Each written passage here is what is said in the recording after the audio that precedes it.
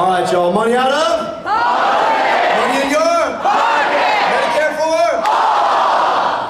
All right, y'all. Look, I wish I could tell you that I was declaring victory right about now. Turns out it takes a long time to count some votes in Michigan. It's a big state. But I will tell you this. I want you just to reflect on what that means. Right now, we are on track to vastly outvote the historical numbers that we should have expected. And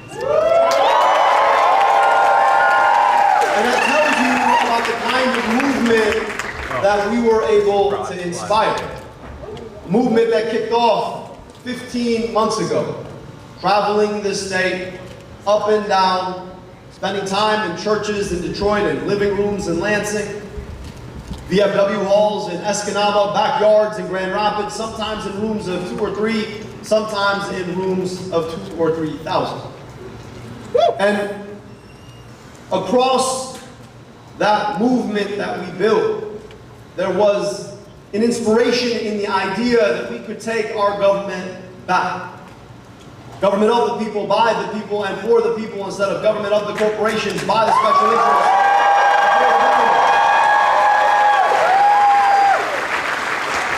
And because you had the audacity to believe in that, you know that the billionaires, the corporations, and the special interests, they weren't going to give up lightly. We all knew they were going to spend their money. We didn't know they were going to spend $70 million of their money. We didn't know that they were going to outspend us $11 to $1. And yet we're still standing. They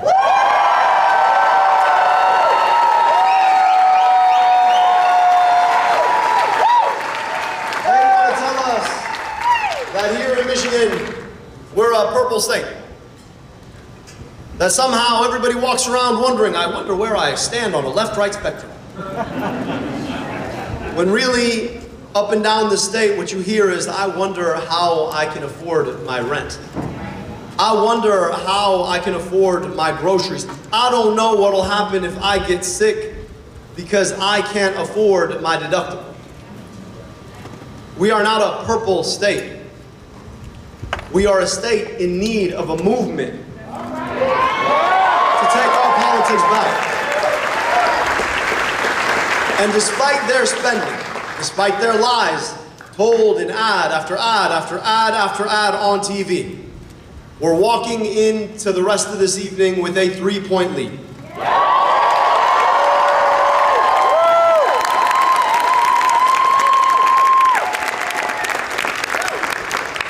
And so as folks ask, if and when we win this race, how are you going to beat Mike Rogers and their money? I want you to remind them that if we come through this, when we come through this, inshallah,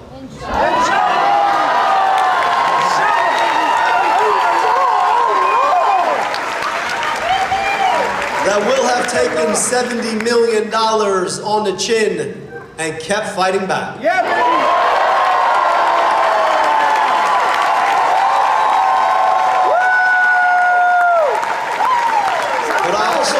I also want to speak to this moment. We've got 13 weeks to defeat Mike Rogers. And however we might feel about the campaign we've just come through, I want you to understand that it pales in comparison to the cynicism, in comparison to the corporatism, in comparison to the lies that Mike Rogers and Donald Trump are going to tell. There is so much more that unites us. However much we might disagree with our Democratic opponent, there is so much more that unites us than divides us. And so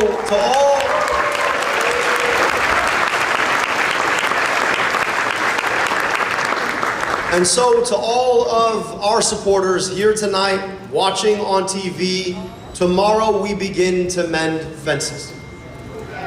Whatever happens tonight, we have a responsibility to assure that we unite to make sure that Mike Rogers never sees the inside of the U.S. Senate.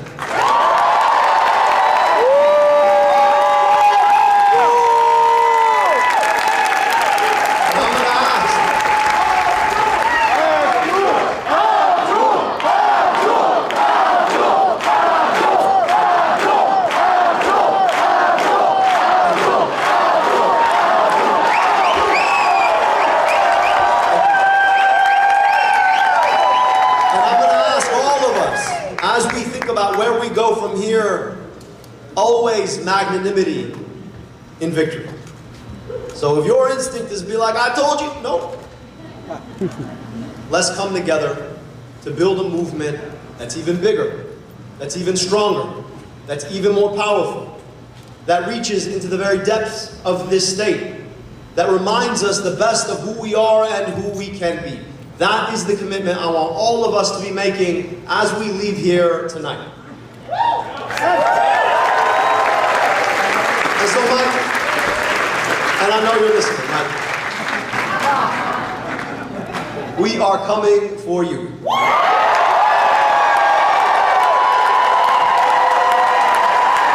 As I tell you,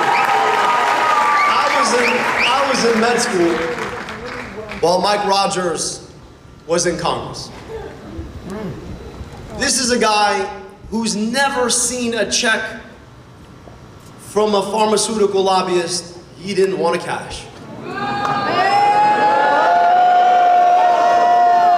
He sent our campaign a cease and desist for calling him a pharma lobbyist. But I don't know if it looks like a duck, quacks like a duck, Quack, quack. smells like a duck. How am I supposed to know it's a goose? So look, forgive me, Mike. I just know that you spend so much time with pharma lobbyists, I just thought you were one. You've taken so much money for them to raise our prescription drug prices. I just thought that you just got into business. After all, you haven't really explained how you made $14 million golfing in Florida. On all the government relationships you built when you were in Congress. So I don't know, maybe 14 million wasn't enough. You gotta come back, get some more relationships and trade on them too? This is a guy who has never seen a check from a corporation he did not want to corrupt himself with. Get him, Abdul! And here's the thing about it. He can't decide which era of Republican he wants to be from.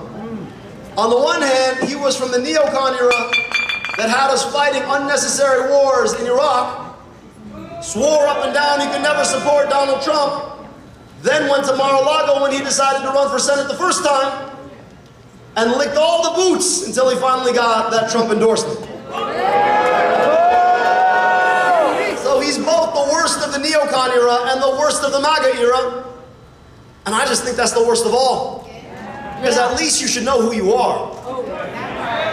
But I promise you, Mike, by the time we are done with you, all of Michigan is going to know who you are.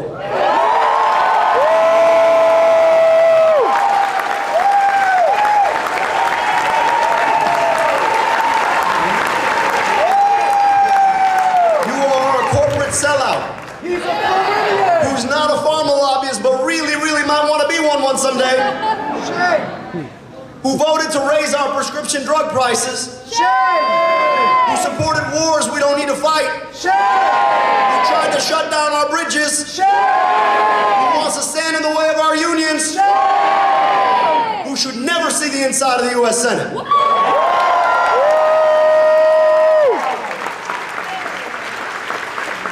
So friends, we're going to have to wait a little longer to see the outcome of this race. But as I look in front of me, I already see the outcome of this campaign. A community of people who came together around a set of ideals, built on the foundation of what this government was supposed to be in the first place. Government of the people, by the people, and for the people. And as I think about where we sit in the long arc of our history, it's hard not to reflect on the fact that we just commemorated 250 years. And we all know those 250 years weren't perfect. We all know that a lot of that history was built on a set of foundational errors. And at the same time, I can't help but appreciate the fact that I know what America gave me. America is an incredible place. I used to live the contrapositive of the life I was supposed to live when I spent summers in Egypt. I crossed 15 hours and 10 years difference in life expectancy. But for the accident of being born here, I got the opportunity to get vaccinated against diseases that killed 2 of my aunts and uncles I otherwise never met. I got to go to amazing public schools. I got to go to an incredible public university. I got my medical education paid for by the NIH. And at the same time, growing up just 15 minutes away from me, children whose families had been here far longer than mine, who never got those same opportunities. America can do glorious things, but to love America isn't just to dress up in some colors and pretend that everything's fine. Yep. To love America is to will America to do the hard work of being better. If you love America, you want America to be America for all of her kids. And as I think about those past 250 years, those errors, slavery, Jim Crow, the fact that this country was built without giving women equal access to citizenship for years, continued discrimination against people. The thing our country has always done better than anyone else is that we've been able to look those failures in the eye and correct them. It's not because we ignore our challenges. The greatness of America is the ability to see those challenges and fix them. And 250 years on, as we think about where we go from here, it is that ability to correct that we together have embraced in this movement. We live in an era of historical inequality, in an era where union participation is near an all-time low, but the number of billionaires has never been higher. An era where schools continue to carry the consequences of historical segregation. An era where we continue to see a few very small people try to define America as being as small as they are. We can't control the past 250 years. What we can do is build the next 250.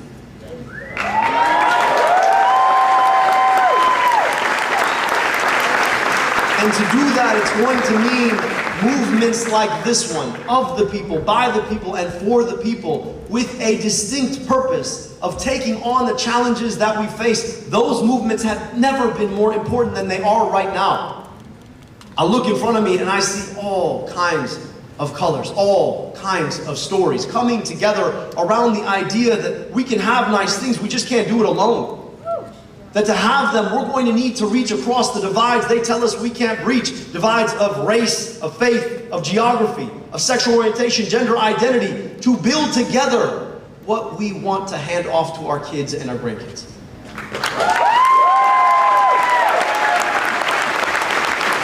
For the past 15 months, I've had the privilege of being a part of that movement with all of you. And so as we continue forward, for the next 13 weeks, I am asking you to put your shoulder in the work to make sure that we defeat Mike Rogers, we defeat and send a blow to Trumpism, and we do the work of building that next 250 years that all of us deserve, because at some point, whether you know them or you don't, the future will ask you, what did you do in this moment? For me, it looks like 2 little girls, ethnically half Indian like their mom, ethnically half Egyptian like me, 100% American. And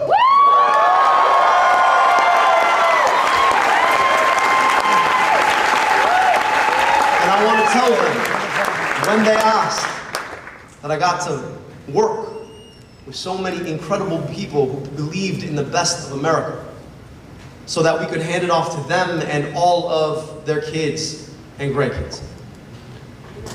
Ask yourself what we could be if we treated all our kids like they were all our kids. Ask yourself what it would mean when it comes to where we spend our tax dollars, about the schools we build, the health care we provide, the opportunities we would want. And for the next 13 weeks, and the next 6 years after that, I'm asking you to join me in helping to build that America.